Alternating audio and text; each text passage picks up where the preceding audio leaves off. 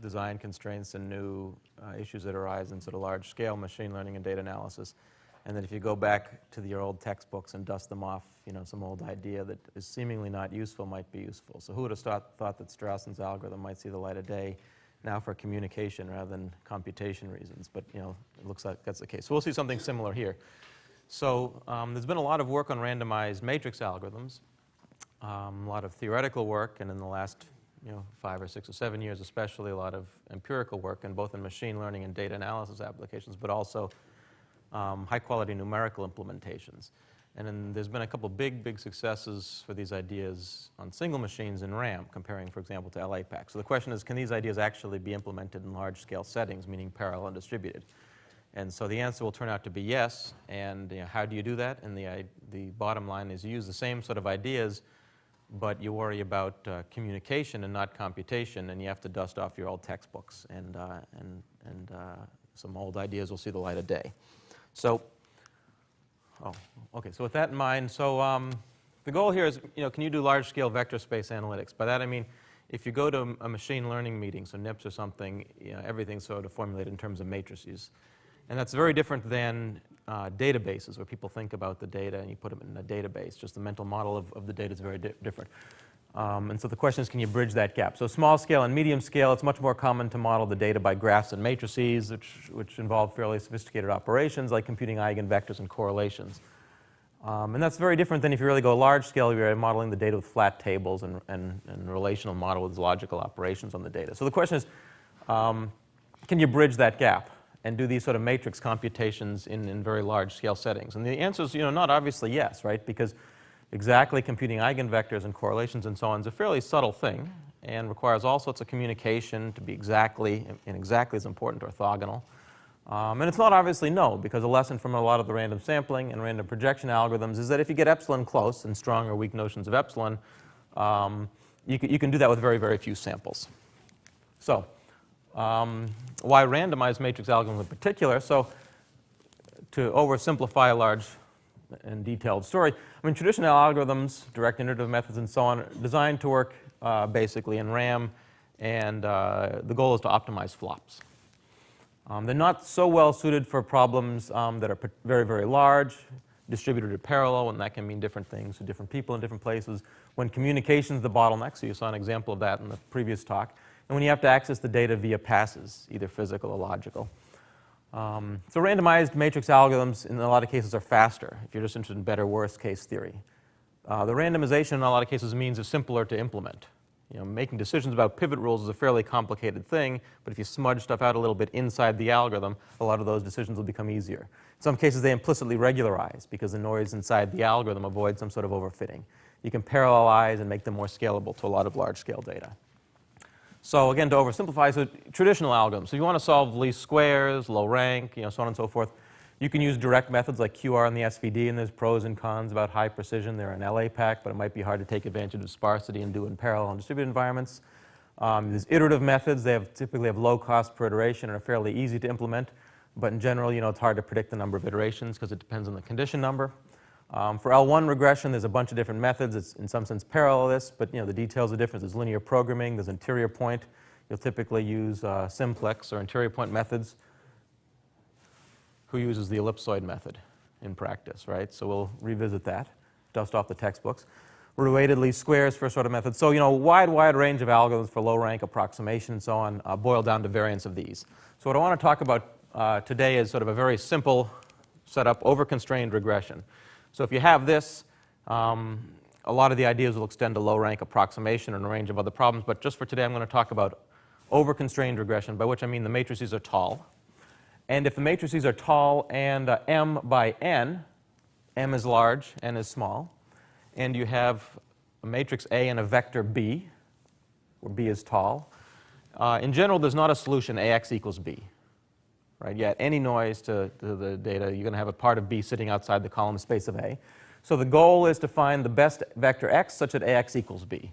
And best can mean different things. So you can say minimize the 2 norm, minimize the 1 norm, minimize something else. So let's call the LP norm. You want to minimize the P norm of AX minus B. And so what we want to find is an approximate solution X hat. that's within 1 plus epsilon of the optimal x, either on the objective, or you can compare the two vectors themselves. So p equals 2 is least squares approximation, very, very widely used, but not so robust to outliers. P equals 1 is least absolute deviations approximation, right? The problem Gauss sort of would have solved had he been able to, but he had to fall back to do Gaussian elimination, basically. So p equals 1 and p equals 2 you should have in the back of your mind. We'll be talking about that. So large scale, think there's going to be two situations here. You know, you have RAM and your memory. Either go large scale and you have shared memory, a bunch of processors, or distributed memory. And so when we wrote this up and did due diligence, these are the numbers we found. They're probably different now that it's a year later, but you're going to go large scale, and you're either going to have shared memory or distributed memory. And we're tall, so A, X, close to B. So let me spend 3 or 4 slides talking about how you'd solve these problems in RAM. And if you understand the basic ideas, the extensions to parallel and distributed will be relatively straightforward. Use the same ideas. Worry about communication, not computation, and dust off the textbooks. So 2 important notions. So I've highlighted, fortunately, the red's working today, and so if you want to ignore most of what's on the slide and focus on the red, focus on the red. So there's 2 ideas you need. One is something having to do with what I'll call statistical leverage. So this is basically the non-uniformity structure on the input that you need to get a handle of to get a low precision solution. And the other is something I'll call the condition number. This is the non-uniformity structure on the input that you need to get a handle on to get a high precision solution. So leverage is about eigenvectors. Condition number is about eigenvalues. The statistical leverage scores of a matrix, say that we're tall, are the diagonal elements of the projection matrix onto the span of the columns. All right? If you have left singular vectors, they're the Euclidean norms of the left singular vectors. To compute exactly, they take as long as solving the problem. You can compute them approximately faster, but they're the structural property that defines low precision solutions.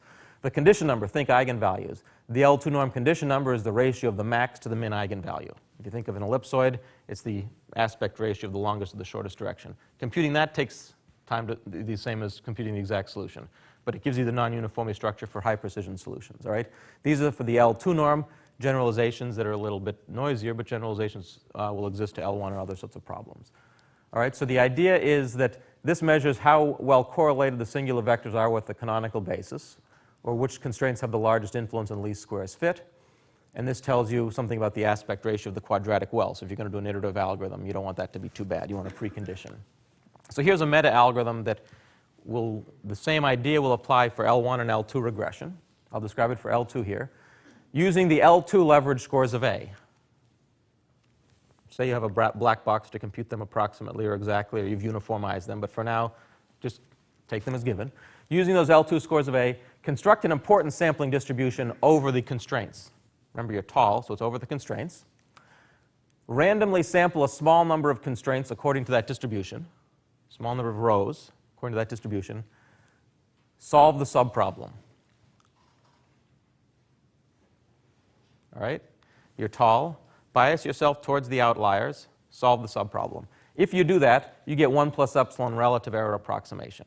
So there's randomness in the sampling, so that's with probability 1 minus delta. But you get a relative error approximation. All right? 2 problems. One, the running time is m times n squared, which is the time it takes to solve the problem exactly. And in fact, it's m times n squared divided by epsilon. And that's not bad if epsilon's 0.1, but that is a problem if epsilon's 10 to the minus 10. Both of those problems can be overcome. How do you overcome it? You can make this meta-algorithm fast in RAM by doing one of 2 things. Either use a Hadamard-based or Fourier-based random projection. So you use a Hadamard-based random projection, which basically involves rotating to a random basis where those scores are uniform. Sample uniformly. Or quickly compute approximation to those scores using a black box. I'm not going to go into detail, but the black box, the running time of that is a Hadamard-based projection. And use those approximations as your importance sampling distribution. So your little o of m n squared, I haven't taken care of the epsilon, but that actually works in theory and in practice. And you can make this algorithm high precision in RAM by doing either of those 2 things. And rather than solving the subproblem, use that as a preconditioner and call it traditional iterative algorithm. All right? And then your mn log n log 1 over epsilon. Not high dimension, low dimension squared, but high dimension, low dimension, log 1 over epsilon. You ask, how does this perform in practice? So this is blend and pick. Avram and Toledo, and at least one of them is in the room, and the other one's also at the meeting. And so they evaluated this idea, this latter idea here. And there's a number of numerical issues that I'm going to gloss over. But the bottom line is that randomized algorithms will beat LA-Pac's direct, dense, least squares solver by a large margin on essentially any tall, dense matrix. So this isn't some esoteric problem that we've sort of defined and said maybe we're a little bit better here. What they did here is take LA-Pac on head-to-head and say that if you do a good implementation, non-trivial, but good non-trivial implementation of these ideas, you're going to beat LA-Pac, which has been the state of the art for a couple decades. And these results suggest that these algorithms should be incorporated into future versions of LA-Pac. So this can be used, Reneus and others have used this for DNA SNP applications in these ideas. If you're going to do 1,000 cross validations on a matrix of size 5,000 or 10,000 by a million or so, that's not something that you're going to be able to do in MATLAB or easily in RAM, but if you use these sorts of ideas as part of that, you can do that. So bottom line is that randomized matrix has a big success story in high-precision scientific computing and lowercase l, large-scale data applications. Can they really be implemented in parallel environments for capital L, large scale, by which you mean terabytes or parallel or distributed or whatever? So the answer to that is what I'll spend the rest of the talk talking on. But we'll see that the same basic idea, overconstrained, you either want to define some sort of notion of outliers or transform the matrix such that those outliers are uniformized, in which case you sample uniformly. That will give you a low precision solution. And if you iterate, and iterating is different in L2 versus L1, the notion of outliers is different in L2 than L1, but in both cases, if you then iterate, you can get a moderate to high precision solution. And you can do that in parallel and distributed environments, and you don't worry about Hadamard-based projections that really beat on flops. You can use something else that's a little bit slower but has better communication and other sorts of properties. All right. So let's talk about L2 regression. And think of this as shared memory. So we have a couple of implementations, but MPI, I think. And then we'll talk about L1 regression in sort of a Hadoop or MapReduced style environment. So here's LSRN. And if you're familiar with blend and pick, think of blend and pick with a Gaussian projection, not a Hadamard. You get slightly better concentration properties and things, and we're able to call a better iterator, basically. But think of blend and pick for parallel environments. So again, remember we're tall. All right, it's a tall regression problem. And we're going to rotate to a random basis with the outlying scores. The leverage scores are uniformized.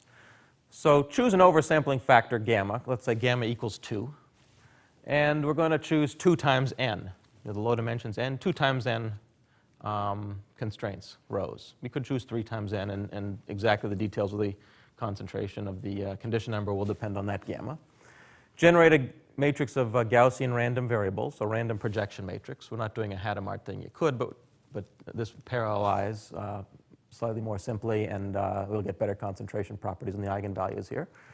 Compute A hat is equal to G times A, so do a random projection. So A is tall, and we're projecting down to something that's still tall but much less tall. Compute A's economy-sized SVD, U hat, sigma hat, V hat transpose, and let N be V hat, sigma inverse. Alternatively, you could do a QR there and let N be R inverse.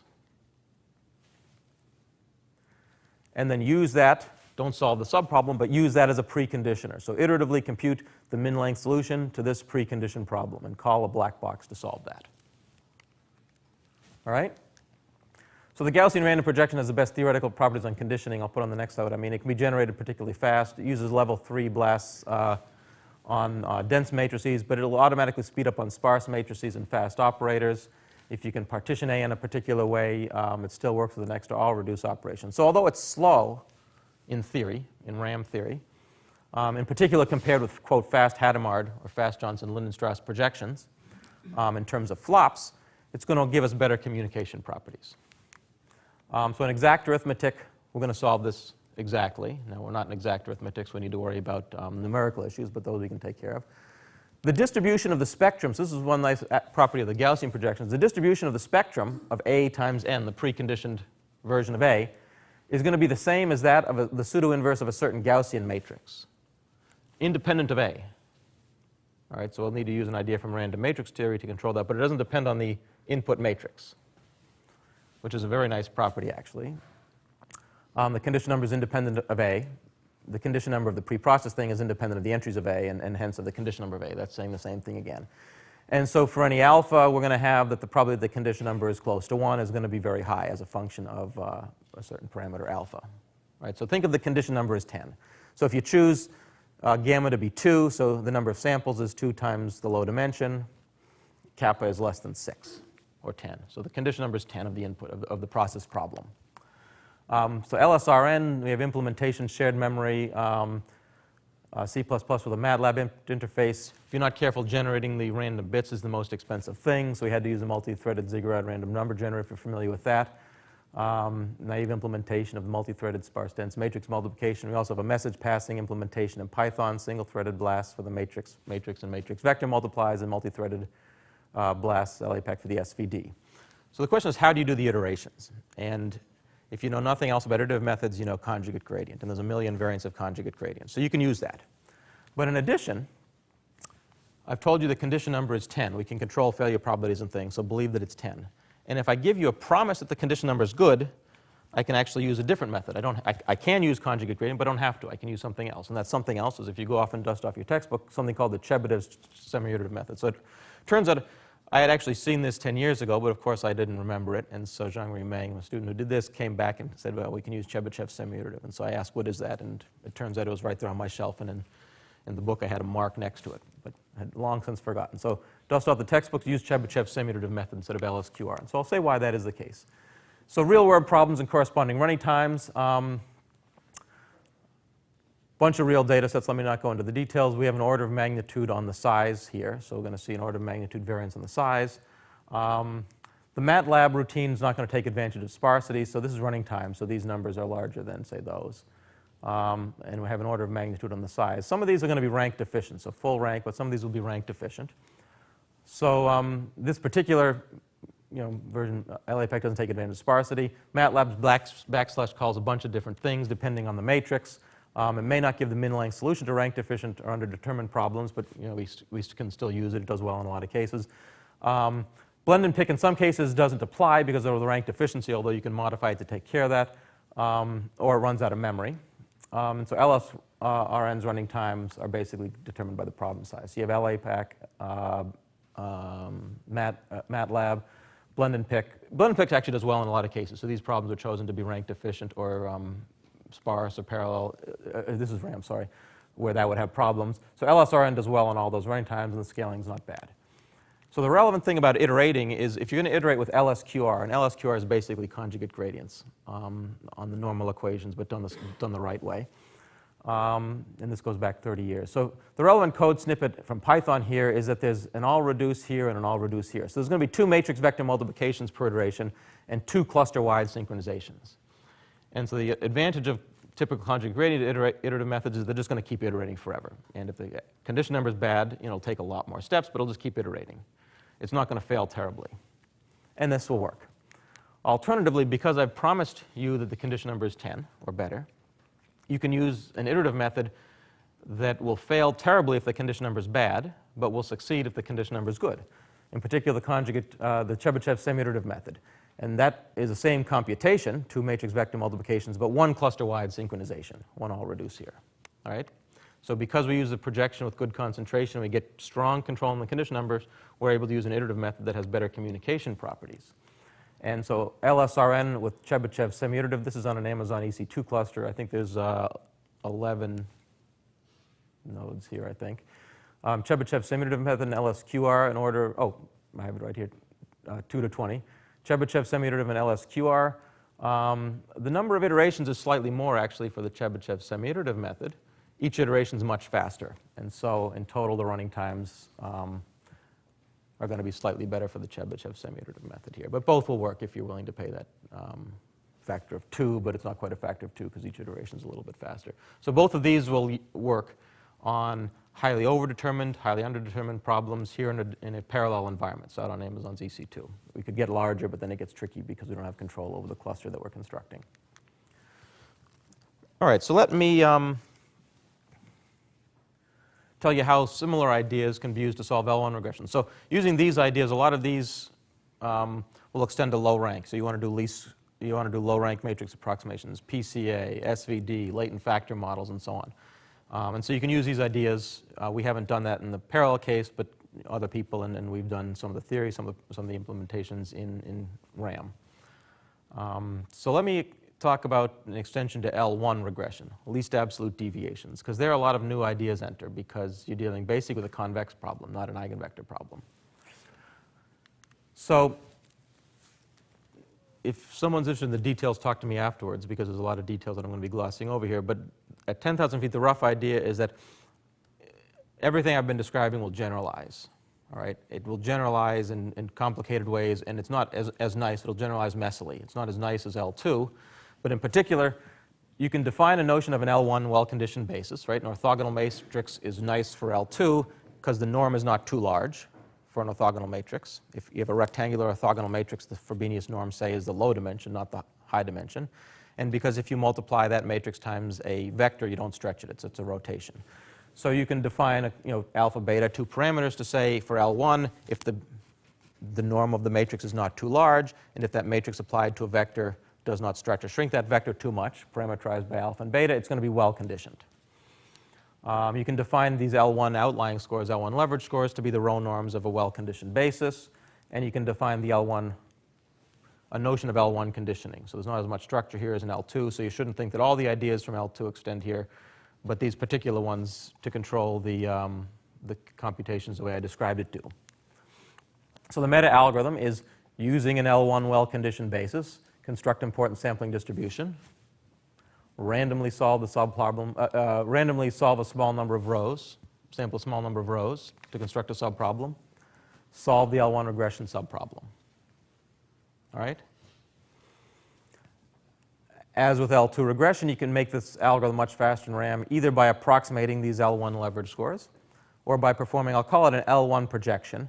This was actually not something that was practical until Solar and Woodruff came up with the notion of a Cauchy transform, and then you can also do a Hadamard version of that to get a fast Cauchy transform. But the Solar and Woodruff, the Cauchy transform actually does pretty well. So I'll call it an L1 projection, and it's not a projection, but in the soft sense of the word, to uniformize those scores approximately. And if you do that, you can sample uniformly in that rotated space. And you can make this algorithm work at higher precision in RAM at a larger scale by coupling with an iterative algorithm, which isn't going to be conjugate gradient because we're not solving eigenvectors, but it'll be something different. So you can condition in a couple ways. Basically, you want to say that when you take pi times a, pi is your Cauchy projection matrix, pi times a, and look at the norms of that, you're not within 1 plus epsilon of the norms of the original problem, which is you'd get from Johnson, Lindenstrass, and Gaussian projections. And my apologies, I've just changed letters on you. Now we're n by d. But you're something polynomial in the low dimensions. You're not 1 plus epsilon, but you're close. You're a factor of 100. And that'll manifest itself in the condition number, which manifests itself in the number of iterations. So you can construct this pi and then do one of two things. Either you can do a QR on it, and that's not a Gaussian, that's a Cauchy projection. So QR is doing something a little bit stranger that's not quite as unitarily invariant. Or you can condition via an ellipsoid rounding method. So those are two black boxes. And there's a bunch of trade-offs. So you can use the original slow Cauchy, fast Cauchy, ellipsoid rounding, fast ellipsoid rounding, and then a bunch of sparse versions of these Cauchys. Trade-offs in running time in general, as you go down here, the running times get better. There's some exceptions to that. And in general, the condition numbers get worse. So there's a trade-off there. And SPC3 is a particular method that is not optimal by running time and is not optimal by condition number. It's a little bit suboptimal on both of those, but that's the one that actually performs best because there's a trade-off there. So if you use this, I'll show on the next slide, you get a reasonably good low precision solution, and then we need to iterate. And so how do you iterate? And so remember, the issue before is that you don't want the number of iterations to be, the samples to be 1 over epsilon. You want it to be log of 1 over epsilon. And so if you use a subgradient method due to Clarkson, the number of passes is something divided by epsilon squared. If you use a gradient method due to Nesterov, it's the number of passes is something divided by epsilon. The first thing we found to get this to work and implemented was a variant of the ellipsoid method, which is something times log of 1 over epsilon. And then we found the randomized interior point cutting plane method having to do with inscribed ellipsoids. Slightly better, still log of 1 over epsilon. Extra work per round, end of the 3/2 or end of the 4ths. All right? But if we're in a a distributed environment, think of that as free. And I'll say what I mean by free. So we have a bunch of data sets in each of the time. Let me not describe the details of the data sets, but a bunch of real and synthetic data sets to illustrate where the method should work well and where it should fail. You can map this to MapReduce, no pun intended, basically by not thinking of it as random, pulling out a random sample, but defining key value pairs. So for each row of A, define a probability to be basically the L1 leverage scores, and then for each K, emit a key, which is that row index, and the value is that row rescaled. So that's your key and your value at the map phase. Reducer collects all the row vectors associated with a key, assembles the matrix AK, and solves that subproblem with the black box. Multiple subsampled solutions can be computed in a single pass. So this is the low precision solutions. The matrices are size something on the order of 1 billion by, we have a bunch of different things, but order 1 billion by 150 or 100, so let's say. So I'm not going to go into the details of these numbers, but these basically say you can get, say, one digit, maybe 2 digits of precision with the low precision solution. Find the outliers or do the Cauchy projection, solve the subproblem. So you want to iterate to get 3 or 4 or 5 digits. So let's do a method of inscribed ellipsoids. So this is basically, think of this as a bisection method in higher dimensions. We're going to do this, as I said, because it's the smallest number of iterations. You can get a very good initialization using a whole bunch of subsampled solutions, and you can do multiple queries per iteration. So basically, at each iteration, we need to compute a function value and a gradient or subgradient. And then you're going to use all these solutions to either construct the initial condition or to iterate. So how to compute function value and gradient in a single pass. So you can do a single query, which, just to give you the equation, it looks something like this. Or you can do multiple queries, which is not a matrix vector multiply, but a matrix matrix multiply. If you can compute one function value and one gradient on a representative size, it'll take 282 seconds. If you do this a factor of 100 times more, 100 function values and 100 gradients, it takes 320 seconds. So that's what I mean when I say the computation's free. I mean, you're doing a factor of 100 more work, and it takes almost no more clock time. The y-axis here you probably can't read, but this is as a function of the number of iterations.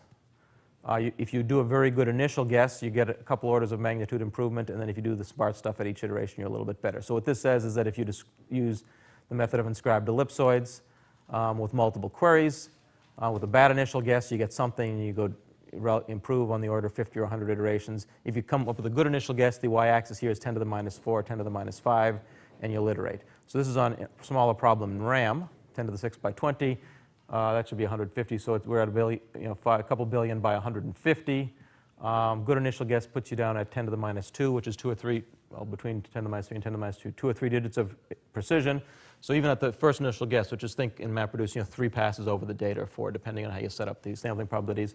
And you can iterate to 30 iterations, and you're going to get 10 to the minus, I can't even read that, I think it's 10 to the minus 6 or 5.